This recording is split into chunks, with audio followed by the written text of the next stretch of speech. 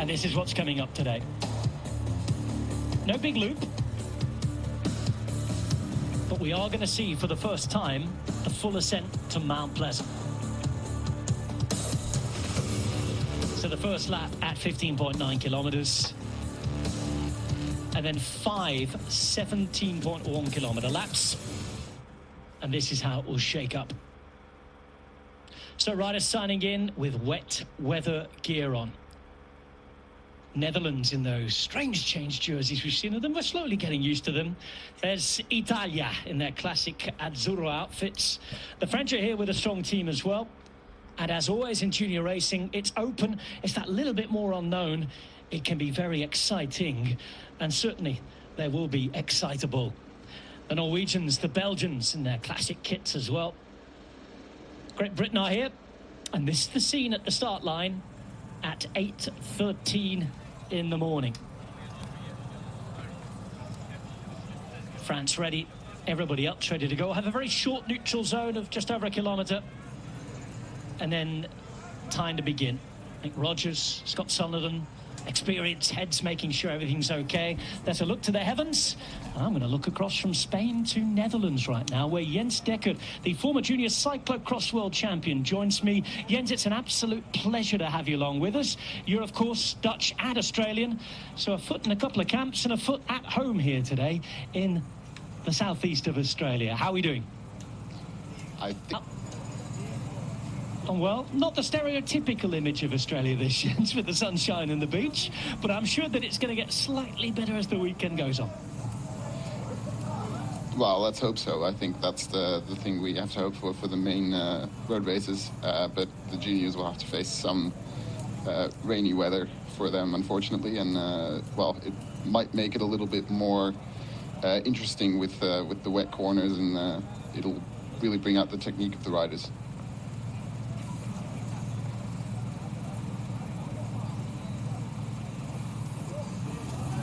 Just after 8:15 in the morning, and the junior road race at the UCI World Championships is underway in a cold, rainy, cloudy Wollongong, southeast Australia. So we've got a very short neutral zone. I can tell you that there are 108 riders from 37 different nations, a lot of them readying on the front. So junior racing, how does it differ from racing when they get a little bit older, Jens? Well, you already see that they're quite nervous trying to be at the front. You know, the races are a bit shorter, but there's also only 2 years represented in this race, so 2 birth years. So there is a little bit more difference in level maybe than you would expect to see in the main peloton of the elite races. And well, it's shorter. It's maybe even more aggressive than the elite races usually, although we've seen a lot of aggressive racing in the elite races as well recently. So, but yeah, it tends to be a little bit more unpredictable, and well, that's what we've got to look forward to. It's if it's unpredictable, then it's exciting for us to watch, and that's what I hope for anyway. It certainly is, and look at that flag, that start-finish flag, howling away, almost escaping off the flagpole on the arm there of Scott Sunderland. It's windy out there. There's a final message from him to the riders. We've got about 600 metres to go. We are heading to kilometer 0. This is Seb Piquet on race radio. The neutral. And of course we're heading up to the neutral zone. This is where the nerves are at their peak, isn't it, Jens? Neutral zone. Yeah, and especially in the wet as well, everyone wants to be at the front. There's quite a few corners, roundabouts. It's a pretty technical circuit, and yeah, there will be crashes at some stage today, and therefore everyone wants to be at the front.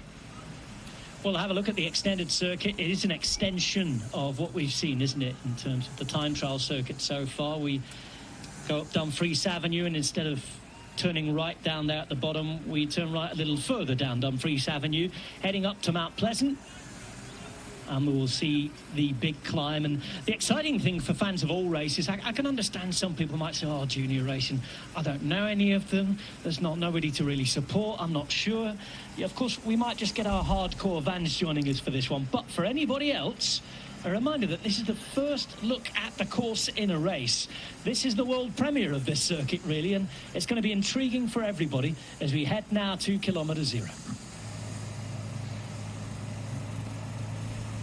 And there we go. Flag waved.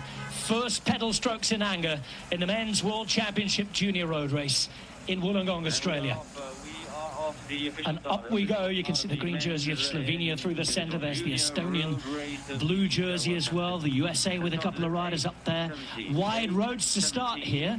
It's going to be interesting to see what the various teams' tactics are, what happens, and if a group gets away early. 135 kilometres to go. And one thing you pointed out straight away, Jens, about this course is that it's technical, it's city centre, and the roads are wet. Plenty to think about. Yeah, it will be a lot of concentration, and I think we already saw a crash there. We have on that left-hand side. Yep. 4 or 5 riders down, including one of the riders from France, I think. This is the number 99 from Lithuania. That's Aidonas Gerdauskas. And we've got our first attack at the front. Looks like it might be one of the Slovakian jerseys, but we'll have to wait to get a check. Yeah, it does look like it's just waiting to see who's involved in that crash. Hopefully no one injured and everyone can just keep going. Here it was, left-hand side. Yep, and it was about just over halfway down the group. There's a Canadian rider down there, and there's some fairly big-name Canadian riders, and they've been in the news in the last 24 hours, haven't they? Michael Leonard, in particular, signed for the Ineos Grenadiers at the age of 18 to turn professional. Yeah, we see that quite often recently with riders like Quinn Simmons, for instance, going straight from the junior category to the pros.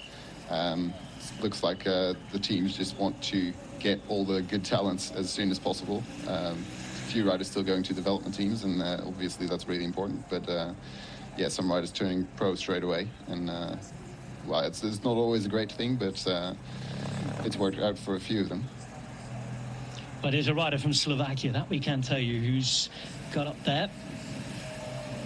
3 riders in this race from Slovakia, by the way. And at the back for Japan is the number 70, and that's Kazuma Fujimura, the red jersey. And if anybody was involved in that crash and managed to get back on, it's just a case of staying there and trying to make sure you're back in the bunch. It's a pretty hectic start. Yeah, not maybe a great scenario for him, but he's shown himself to maybe his friends and family at home, and yeah. I was going to say, it's midnight 30 where I'm sitting, and we've talked about him, so... Quite early to get drops, but you know, the pace is quite high up the climb. I think still everyone wants to be at the front, especially for the next climb, and yeah, it's unfortunate to see someone drop so soon. Jurek on the left-hand side has been caught. You can just see the rider from Austria having to make that little effort to pass in. There's the Belgian as well doing that. And, well, Belgium, we're hoping for a little bit more luck. And in particular, let's look at a road that could make big decisions over the next 3 days. Mount Pleasant. Not very pleasant for a few already. No, definitely not. It says 12% on the tin, but I'm not quite sure that it's that easy. I think it looks a little bit steeper than that. And yeah, this is the climb that's going to shake up the race in every single event. And yeah, it's the crucial spot of the lap, really. That's the cruel thing for these juniors and the under-23s later as well, is that it's not like the elite races where you've got the first 30, 40 Ks on flatter roads to settle in, maybe let a small breakaway go, calm the race down. Here they are straight onto this climb, and you can see the rider here from Morocco struggling, Ashraf El Krimi, number 92 from Indonesia there, Syarif Hirayatullah, he's struggling as well. And we've already seen the rider from Kazakhstan, Alexei Vaganov, joining his compatriot Ilya Karabutov out the back. Not a good start for Kazakhstan. That's how these races differ, isn't it? I was just explaining, you know, you might have a bad day and the legs aren't quite there for the first 20 minutes, whereas if you were racing with an easier start, you get the motor warmed up and you're off, aren't you, once the legs are going. But for the moment, if you aren't with it in the first 10, 15 minutes of the race, it could be race over. Number 105 from Ukraine here out the back is Semen Simon. Rode the time trial the other day. Should be going into descent fairly soon, but yeah, quite a lot of riders getting drops already. Yellow, who was dropped but is making that extra effort to get on, that's Natawat Mongkongwong of Thailand. And you can see the rider from Luxembourg at the front. Remember, Luxembourg have a couple of stars in this particular category, and they're both up the front. In particular, Mathieu Kokelman, who I know is highly rated. Yeah, well, they've only got 2 riders, and they're both in the first 5 riders at the moment, so it's quite a good start for them. Now looking to go into the descent, and these riders are just close enough that they might make it back if they can work together, do a good descent, although actually the gap does look quite big, and that's one of the issues with the restricted gears. If the peloton's going 50 kilometers an hour, you don't have that huge gear to just power away and get back quickly, and that's also one of the issues with junior racing. Luxembourg are really attacking this. You mentioned both their riders were there. We saw at the back there's a problem for Spain now. What's happened here? Well, crash just on the straight. White lines, it seems, I think, in the centre. Yeah, well, that's quite surprising to see a crash at the high speeds as well. So we'll have to see who those riders are. One rider from Great Britain, one rider from the Netherlands. 2 teams with big names up there. It's a Belgian rider as well on the left there. It's Josh Tarling, by the way, who's there. That's the Belgian rider. Josh Tarling is the biggest name for Great Britain. And for Netherlands, Max van der Merwe, who is also one of their big names. So there's 2 of the stars of the race on the ground, and the unidentified Belgian rider as well, who didn't look in the best shape, I'm afraid. Well, of course, these riders were at the front, so they have to be quite good riders to make it over the climb at that point in the group. So, yeah, it's quite an attritional race at the moment, and even some gaps opening up as well here in the first part of the peloton. Well, in the case of Josh Tarling, already signed up for Ineos Grenadiers at the start of next year. So Max van der Merwe, who is joining the DSM development team, and Josh Tarling, professional already from January, with one of the top teams in the world, have crashed. They looked like they were going to be trying to carry on. But again, this race is absolutely motoring at the front. It has been such a crazy attritional start that and now we have a Portuguese on the front. Yeah, still taking some risk into these corners, the Portuguese rider at the front. I think looking at that crash again, just 3 riders, it seems, so but quite a heavy crash. You see the saddle there on the ground as well. Luckily, everyone does seem to be moving. That's already caused by rhythm in the peloton and the crash, let's remember. And both riders from Luxembourg are still putting the pressure on at the front. It does seem to be Mil Morin, the sort of second rider in the rankings, I think, for Luxembourg, because Mathieu Kokelman, the European time trial champion, British rider who had to be there. And Portugal, who also have a couple of riders to watch here. Certainly Antonio Mugado and maybe even Gonçalo Tavares.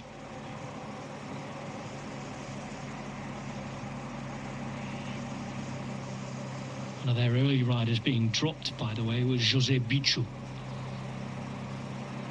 Second group is getting on here. Slight slow up before we get our next attack. Now let's see some of the riders getting back on. Here's the number 12, Jens Verbrugge, who had that issue the other day in the time trial, not able to ride the bike that he wanted.